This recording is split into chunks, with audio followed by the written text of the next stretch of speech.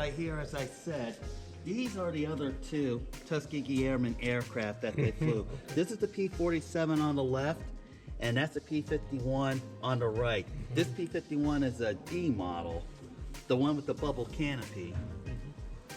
And as I had mentioned, they flew 4 different types of aircraft. The P-39 Airacobra, the P-40 Warhawk, as well as the P-47 and the P-51. But that gives you an idea of the aircraft the Tuskegee Airmen flew in combat. All at the same time, or did they like?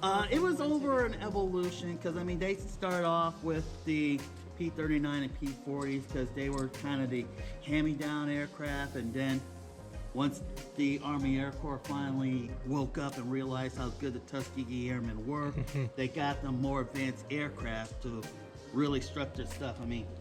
I mean, for example, Charles McGee. I mean, he was a Tuskegee Airman, but he flew the most combat missions of any Air Force pilot. 409 combat missions over 3 wars. Wow. He flew in the P-47 as well as the P-51. but yeah.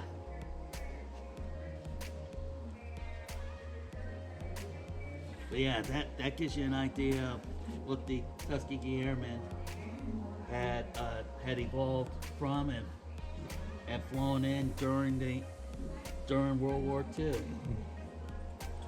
Thank you. Did any of them continue on to the Korean conflict? Yes, they did. Charles McGee, he flew ground attack missions in the Korean War. He's the one that I know of. There was another one. My name.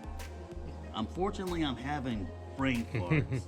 But there were a number of Tuskegee Airmen that did stay in the Air Force that flew in the Korean and Vietnam War. And as I was saying about Charles McGee, one mission that he had mentioned about was a photo reconnaissance mission that he was flying, and his RF-4 got turned into Swiss cheese. And he was able to fly that plane back to the Marine Corps base at Da Nang, and then right after he shut it down and they realized it wasn't going to fly again, he took all of the reconnaissance photos that he had, hopped on a plane that was heading to his base, which was Udon in Thailand, and delivered the photographs that way. I mean, 409 combat missions, you'll never find a pilot that's going to be doing that today. Right. So he was able to save the film before the plane went up in flames. Yes, he was. Yes, That's he good. was. That's good.